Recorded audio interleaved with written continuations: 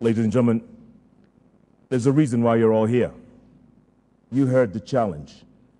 Mr. McConnell says Africa cannot, in its present state, trade itself out of poverty.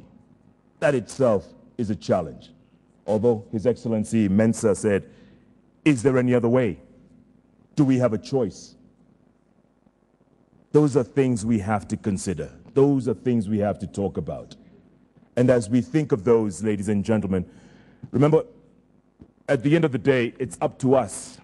You look around the world right now, the way things are. You look around. You heard the statistics. It's pathetic, if anything. And I'm sure Professor Amponsah will tell us more about it, that Africa accounts for less than 3%. Professor Amponsah says it's less than 2% of global trade. Less than 2% between 54 countries. That makes no sense to me. So is the challenge within? Before we go into questions, and I urge you, I implore you to ask the questions, because this is the only place we can ask questions. Ask whatever you want. You may not get an answer, but please ask in any language. We'll take care of it. Now, first, to give us a few points, just to set the stage, if you will, and no PowerPoint presentations, no technicalities, no slides. We're just going to go straight into the meat and potatoes, if you will. So, Professor William Amponsah, who's in the School of Economic Development at Georgia State University in the US of A, please, an overview.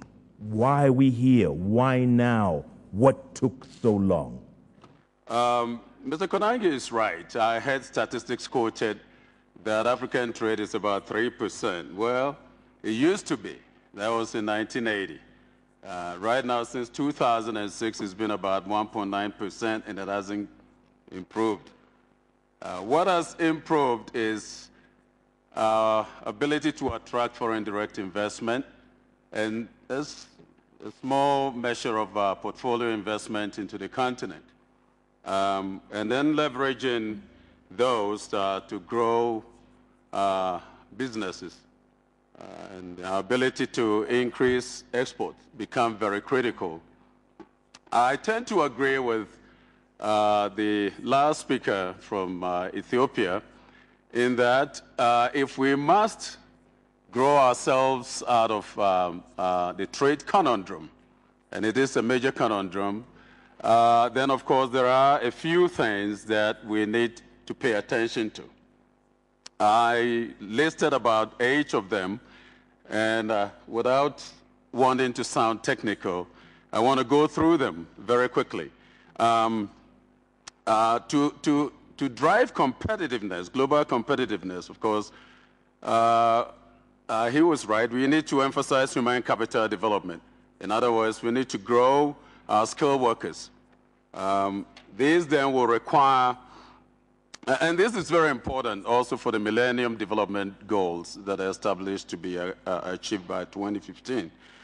This will require emphasizing quality education, technical knowledge and research, and also good health care and nutrition. Worker efficiency is very, very important, and as you know, there's no monopoly in how you do it. In the United States, we continue to grapple with a universal health care policy that was enacted by the current government, which has been tearing up the whole nation apart. We need extensive infrastructure development, and he's right. And these must support industrial and commercial development. We need major roads, ports, railroads, and logistics management, telecommunications, ITC, and energy, to name a few. Instituting the capacity building to support trade and investment is very, very important. And each country must make this a priority. The fourth issue is thorough land reform to encourage efficiency and to reduce land cost. I've been traveling around Africa. My last trip to both Abuja and Accra And 3 weeks ago, I was back here in Ethiopia for the African Economic Conference. It's very, very important. You know, there's congestion. Land values have appreciated to the extent where it becomes inimical to production on the supply side. And the fifth point is to encourage higher rates of domestic savings and investment. As you know, the lessons from the Southeast Asian tigers point to this. Capital formation for economies, we tend to think it is capital formation at home serves as a major complement in attracting direct investment. And so that's very important for Taiwan, China, and the rest. They have had to raise their domestic capital formation to about 30% to 40%. And in fact, if you compare this in contrast to Africa, we have been very anemic. But we can't afford to.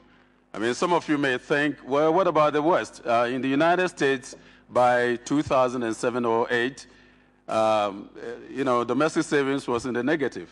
And that comes from both private domestic investment and public sector investment.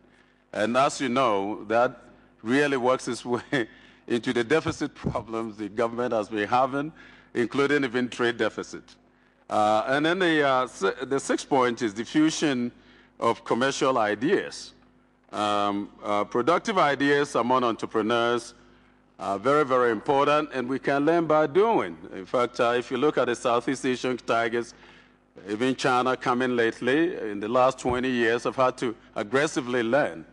And part of it is also to look for efficient management of businesses. You can learn from what has worked elsewhere and bring the ideas home.